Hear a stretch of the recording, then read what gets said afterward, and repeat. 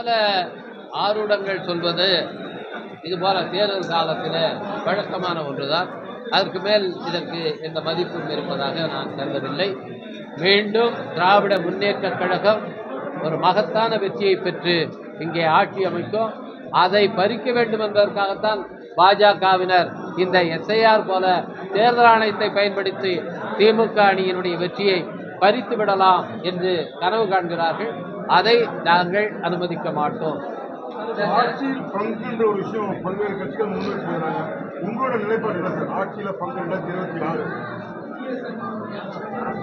ஆட்சி அதிகாரத்தில் பங்கேற்க வேண்டும் என்பது விடுதலை சிறுத்தைகள் கட்சி துவங்கிய தேர்தல் அரசியலில் வந்த 1999 முதல் நாங்கள் முன்வைத்து வருகிற கருத்து.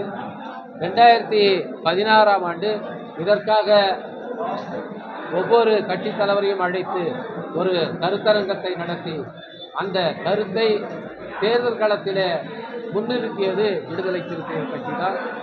அதற்கான காலம் கழியும் போது அந்த கோரிக்கையை விடுதலை சிறுத்தைகள் கட்சி சரியான விதத்தில் முன்வைக்கும். 2026ஆம் ஆண்டில் அதற்கான வாய்ப்பு இல்லை. திராவிட முன்னேற்ற கழகம் தனி பெரும்பான்மையோடு இங்கே வெற்றி பெற்று ஆட்சியை அமைக்கும். இரட்டை இலக்கத்திலே நிச்சயமாக விடுதலை சிறுத்தைகளுக்கு இடங்களை திராவிட முன்னேற்ற கழகம் வழங்கும் என்று நாங்கள் நம்புகிறோம். 2026ல் நேர்மையான தேர்தல் நடந்தா விஜய் தனிப்பட்ட ஆட்சி அமைப்பான ஆதரவு சொல்லியிருக்காரு சார். அதை பற்றி இது மாதிரியான அவரிடம் சொல்லுகிற ஜோசியர்கள் இப்பொழுது தேர்தல் காலத்தில் நிறைய வருவார்கள். அதையெல்லாம் நாம் பொருட்படுத்த தேவையில்லை. இங்கே விஜய்க்கு ஆலோசகராக இருந்த பிரசாந்த் கிஷோர் அவர் பீகாரில் என்ன ஆனார் என்று நாமெல்லாம் பார்த்தோம். அதுவும் அவர் 5 ஆண்டுகளாக அங்கே ஊராக நடைப்பயணம் மேற்கொண்டார். அவர் போன இடத்துலலாம் பெரிய கூட்டம் திரண்டது.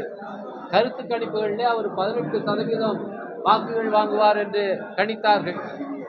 இதெல்லாம் நடந்தது. ஆனால் இன்றைக்கு என்ன ஆச்சு? ஒரு இடத்துல கூட அவரால் வெற்றி பெற முடியவில்லை. 3% வாக்குகள் தான் வாங்கியிருக்காரு. சுமார் 100 இடங்களில் டெபாசிட் இழந்திருக்காங்க. விஜய் அவர்களுக்கு என்ன நடக்க போகிறது என்பதற்கு அங்கே பிரசாந்த் கிஷோருடைய ஜன் ஸ்வராஜ் என்ற கட்சிக்கு என்ன நடந்ததோ அது உதாரணமாக இருக்கிறது.